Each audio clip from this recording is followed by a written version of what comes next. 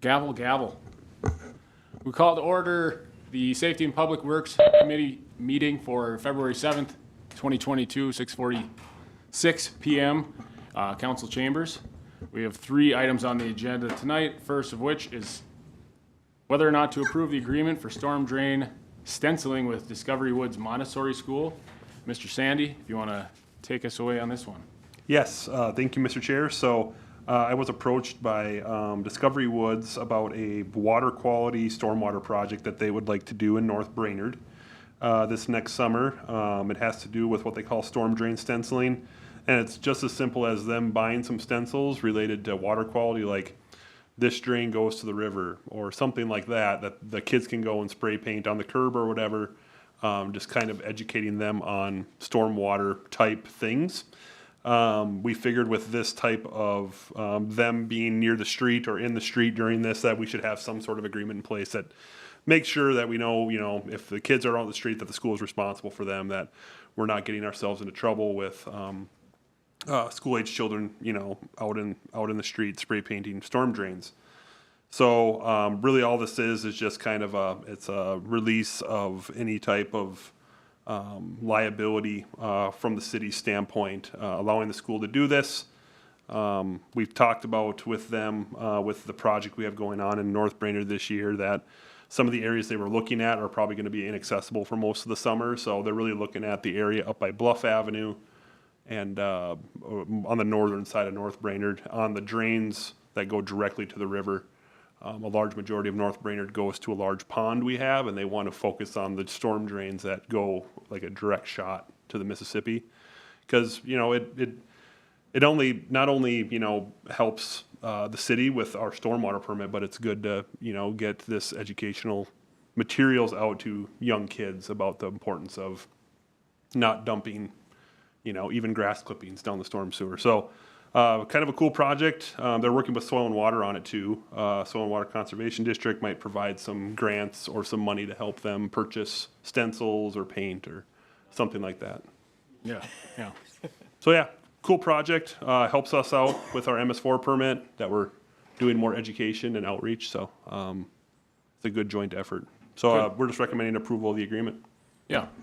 I'm all for it. I think taking a mundane item and turning it into something a little bit more, I don't know if exciting is the word, but we'll see what they come up with. I think it's great. And I think there's other things that could be learned from that. I've seen pictures on the internet. It's just made me think of it, different downtown areas and neighborhoods where artists come in and paint utility items and make them look like, I don't know, living things or whatever. It's pretty cool stuff that artists come up with. Do you have something to say? Is there a name for that? I don't know, but Jennifer Bergman actually had said that when she was on a trip last fall, I believe it was, maybe it was last year, she saw exactly that, and you could get some information from her on specifically utility boxes. Yeah, and Mr. Chair, if I may, she asked BPU if they would be willing to allow the city to do that, and we did get, I think, a thumbs up from them to do their green utility boxes. Okay. Maybe hire a local artist and have them go Make and a do contest. some cool stuff on our ugly green electrical boxes. It'd be pretty easy to make a contest, just like they did for the painting of the Blue Ox. There's probably been some other ones in the past that I'm not thinking of, but we're way off subject right now. But we'll keep it in our mind. Move to approve the attached agreement. Second. Motion and second. Any more discussion? Hearing none, we'll go to a vote. All in favor? Aye. Motion passes. Second item is a request to approve the sewer flow monitoring proposal from SEH. And this is another one for you, Paul. Go ahead. Thank you, Mr. Chair. So I did give you all in front of you tonight, there's a memo from Spencer Casalter, who's our project manager from SEH. This is something we've been working on basically right before COVID kind of kicked off. We've been slowly recreating a report that was done back in the early 2001.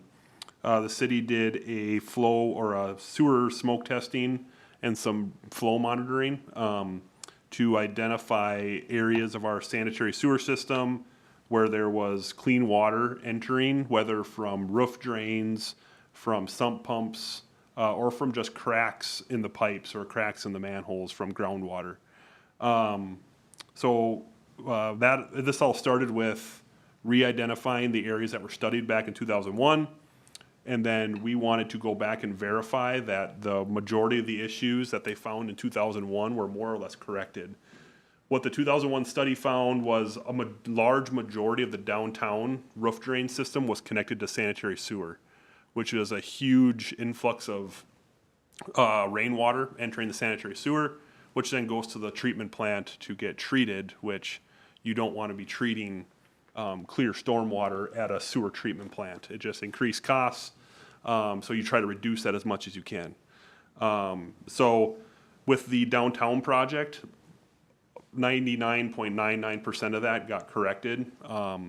We did with this, so the reason we did this smoke testing study again was to verify that what had gotten done was corrected all the deficiencies. We still did find a couple. Washington School was one of them that does have active live connected roof drains. That's why I say 99.99. And then another area we found was actually at Franklin. So these old educational buildings, they connected their roof drains directly to the sanitary system because they were all on combined systems back then. So everything went to the river.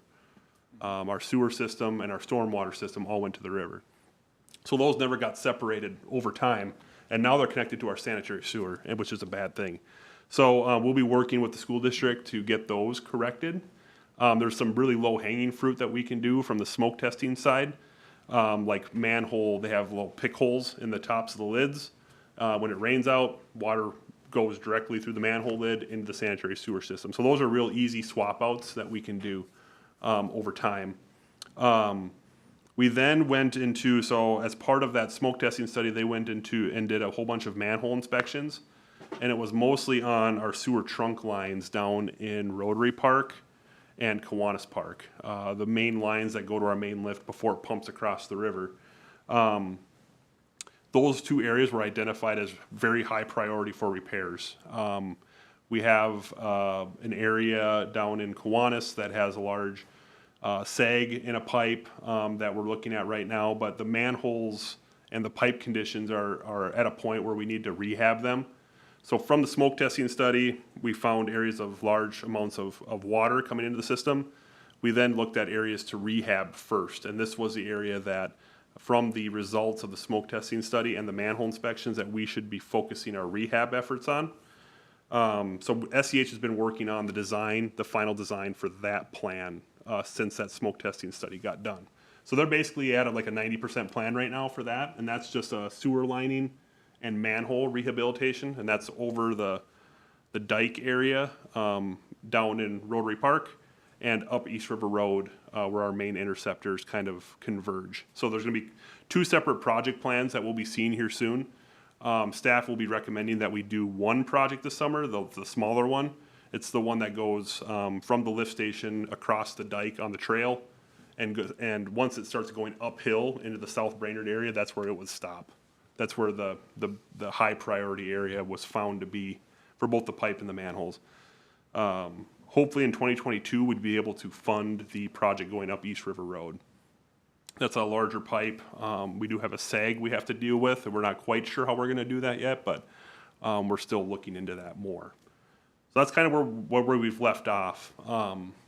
To continue this studying, our next phase of this was what we call flow monitoring, which is different than smoke testing in that flow monitoring, you put an actual flow meter in the manhole and it measures flow during wet times of year. And so what you'll get out of it is a graph, and after rain events or snow melts, usually you'll get a higher peak flow, and that is a sign of either the pipes underground leaking groundwater into them, or your sump pumps from foundation drains. And that's a big source of I&I, are illicit or illegally connected sump pumps.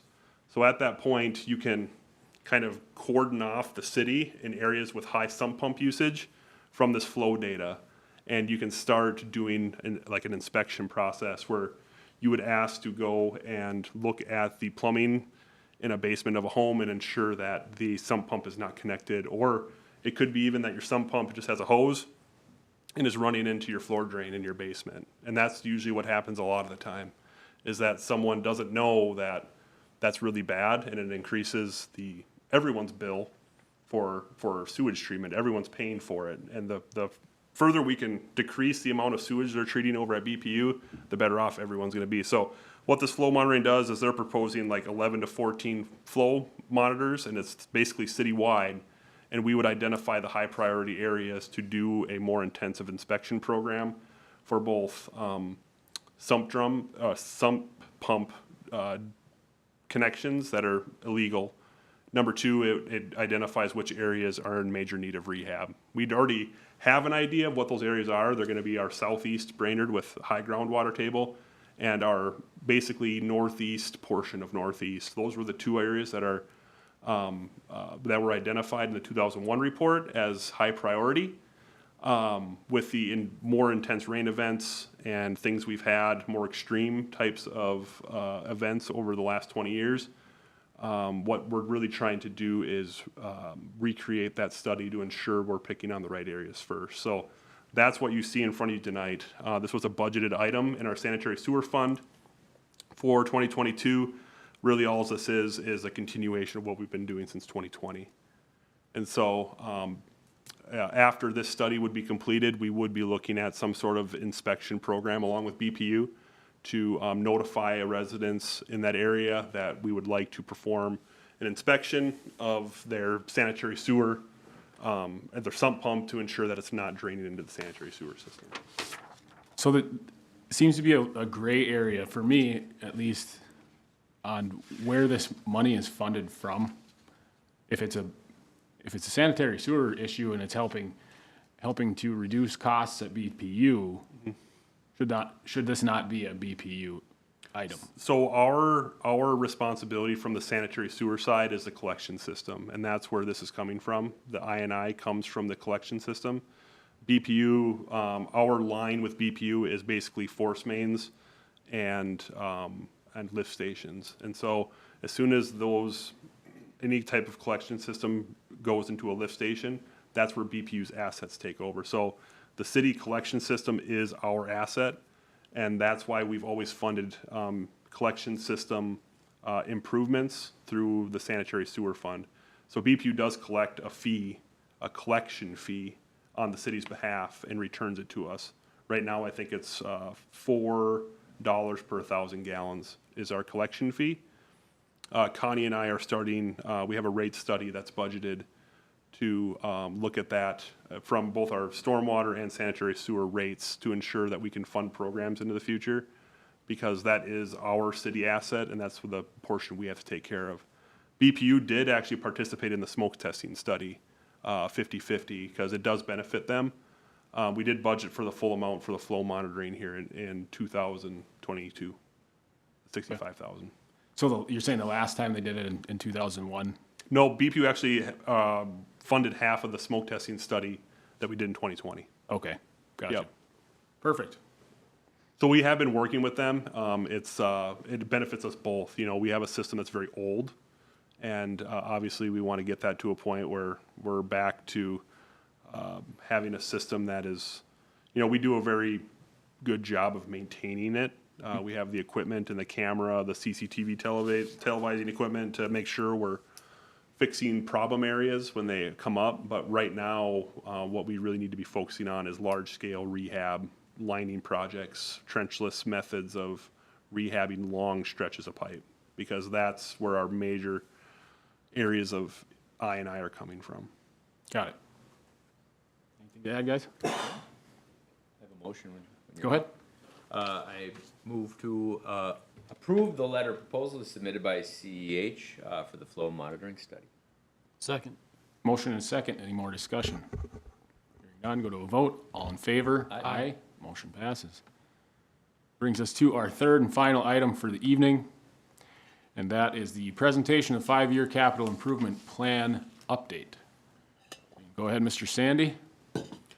All right, so I don't know exactly how you guys want to see this, and I'm open to presenting this however you want. I can go through each year, or I can, if you guys have had a chance to look at this, I can open it up for questions, or I can just go over what changed from what we saw last year to what's in here this year. A lot of the projects, a lot of the things that changed were actually in 2022. Yeah, I'd like to see the things that changed, especially in this year and next year. Okay. So things that changed, we always have our annual maintenance projects, so that's striping, crack filling, and street patching and seal coat. There's 4 projects there. You can see those. Those are in every year. Things that changed, we added Greenwood Street construction. So that was a joint effort with MnDOT when they're doing South 6th Street. They're realigning Greenwood Street back a ways, and so it comes in perpendicular to Highway 371B. They're coming back a long ways and paying for a majority of it. There's only like 1,000 feet left to finish off after that. And so at the time, we brought that project forward, I think it was it was right after we adopted the capital improvement plan last year. And we came back and said, we should just finish this off. It's a state aid project. It would make sense to do it when MnDOT's doing 371B. The contractor's going to be there. It's not a project that has to be competitively bid, which is nice. It's under $175,000. So we can direct select the contractor that MnDOT has doing 371B. So that one was added. That's improvement 2110. The East River Road reconstruction, I think it's item number 1, 2, 3, 4, 5, 6, 7. The 7th one down. Yep. That was added with our Mississippi Landing Trailhead project. That's the street improvements, everything within the street right of way. So the angled parking, diagonal parking, that's proposed as part of the Mississippi Landing Trailhead. That is considered a street cost, and that's why it is in the plan. And then the last project, we split this one up. So Cuyuna Lakes State Trail Connection, you'll see that there's one in 2022 and one in 2023. So right now, we have the $1.1 million project that's in the other column. That's our DNR funding. We have some right-of-way expenses that'll be forthcoming for not only temporary construction easements, but our negotiations with the owner of the MP Center. And that's listed in the construction fund column. And then the other project, that's basically the easterly segment across the wetland that we currently have a bonding proposal in for at the state. That is the 2023 expense that you see in the other funding column of $2 million. And so that's what our current bonding request is. So that's not guaranteed money, but it sounds like there's a pretty good chance that that one will get funded. Okay. 2023, so that's 2022. Is there any questions about that?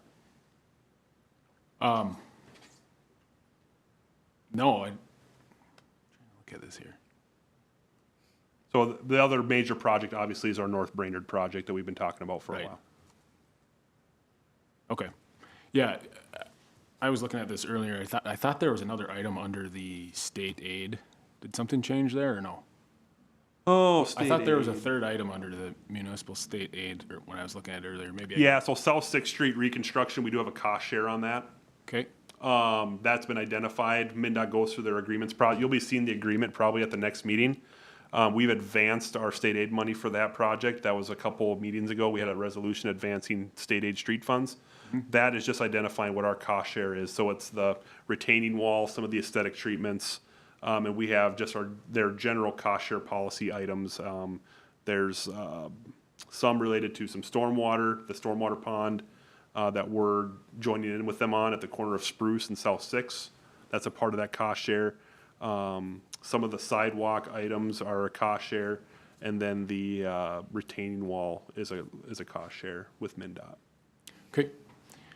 And then I don't know if you wanted to talk about the street scan implementation that's been added on here now, or if you want to talk about that after you've It's talked up to about you. the rest of the changes. You guys saw it at the last meeting, so that's just identifying those costs in the plan. Okay. Why don't you finish talking about the rest of the changes Yep. and we'll just end it on that discussion. Okay, so in 2023, the only things that were added or changed there, like I said, the Cayuna Trail, splitting that project in half.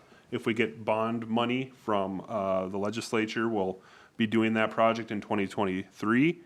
So that's where you see the 2 million there on the third page.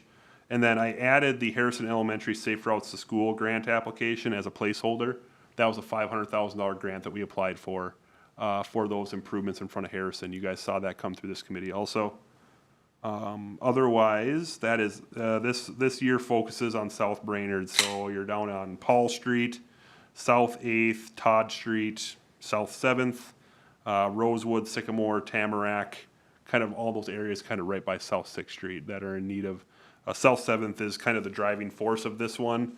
If you've been on South 7th, right in that area by Sycamore, Tamarack, the street is in major disrepair. Our sanitary sewer is completely failing at that location, so that'll be a full reconstruction where we're pulling the sanitary out, doing new curb and gutter, the whole works. So that's a pretty big project, but the rest of it's just resurfacing. So Paul Street, South 8th, Todd Street, those are all just resurfacing projects.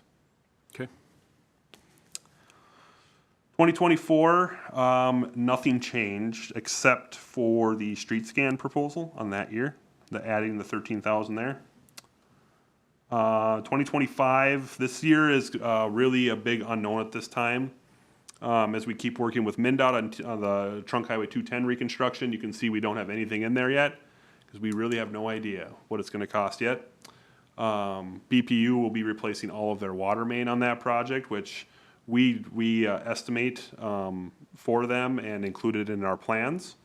But there's going to be a lot of aesthetic items, I have a feeling, related to lighting, aesthetic treatments on the highway itself. And so that project, as soon as we get into design on that, so the next step after MnDOT kind of finishes their public engagement and finishes their layout, that project will come forward for municipal consent, which is basically us, the city, telling MnDOT, you can move forward in final design, and that's when that number will start taking shape. So right now it's 0, and it's really because we don't know yet. MnDOT's estimating it to be, I think, between a $15 and $20 million project, so we're going to have some of that expense. 2024, other things that have changed, Beech Street, we pushed that back from 2022. That was 25? Yeah, I'm sorry. Yep, 2025. We pushed Beech Street. We were supposed to do that in 2021. Our state aid account is a long ways in the negative right now. We want that to rebound a little bit before we take on more state aid projects. And so, and we figured we're doing a few other state aid projects that year in 2025. And so we bumped Beech Street into that so that we could hammer out all of our state aid in 1 year. So that's why you see Beech Street, Wright Street, South 10th. When we do that, when we do Beech Street, we'll be looking at Oak Ridge Road. BPU has some water main items they'd like to take care of, and Oak Ridge needs some resurfacing. And so that's kind of in that south industrial park area, southeast area. Okay. And then 2026 is the year we add on. So every year we come to you guys in February or March and add on the next year of our 5-year plan. You can see our focus in 2026 based on our pavement scores are northeast and a couple streets in southeast. So we have Maple Street got added in there. We have a lot of complaints coming from Maple. It's between 14th and basically 19th. Very, very rough. The ground moves a lot down there, and it's we get a lot of complaints, and the pavement scores show that that street is in need of resurfacing. 14th Street Southeast is right there also. Otherwise, most everything is behind the mall area. So we got 6th Avenue Northeast, 7th Avenue Northeast. J Street, in 2020, we did J Street from Mill Avenue to 13th. This would kind of complete J Street all the way across Northeast, which is, besides H, is really the other major east-west route in Northeast that goes all the way across. That's in our pavement scores are showing that one is at a point that needs resurfacing. Otherwise, just some localized areas where our scores are indicating that they could use a resurface. So that's, You can look at the map to see how it kind of lays out. Sean, you want to scroll the map? Just from an overall equity standpoint, we really take this map seriously because we try to spread the work around as much as possible. So you can see how we try to group projects the best we can. The blue being, that didn't really Yeah, it come didn't in. show up on the legend. That's interesting. Anyways, the blue is that 2023 year. The red, I think, is 2024. 2025 is orange. 2026 is the yellow. And 2022, what we're doing this summer is in the green. So you can see how we try to group projects to not only show that equity piece, but pick on the streets that are in the worst condition in those quadrants or 6 areas of the city. So that's all I have right now, if there's questions. I don't really have any questions. I do have a comment with some of these. Obviously, our budgets are a lot bigger this year and next year because it includes a lot of state aid and grant money. But as you look at some of these other projects, and in particular, the one that made me think of this is the Graydon project. Yep. I don't think it's expecting to see any major replacement in underground. It's just supposed to be a mill and overlay. But we don't know for sure because we don't have the reports from BPU on what that looks like underneath. I don't know if that's part of what SEH is looking at, or. Usually the driving factor with BPU is the water main work. Okay. If they have a lot of issues. Generally, the water main stuff happens in areas where there are older parts of town. That South Brainerd area is really not considered what I would consider an older part Right. of Brainerd, where we see a lot of the issues, like North Brainerd is a great example. Right. We knew coming into North Brainerd that we would have a lot of, My, I know what you're getting at. yeah, my only thought is that as we come out with these, like we just came out with the 2026 streets Yep. that we want to focus on, the more information we can get Yep.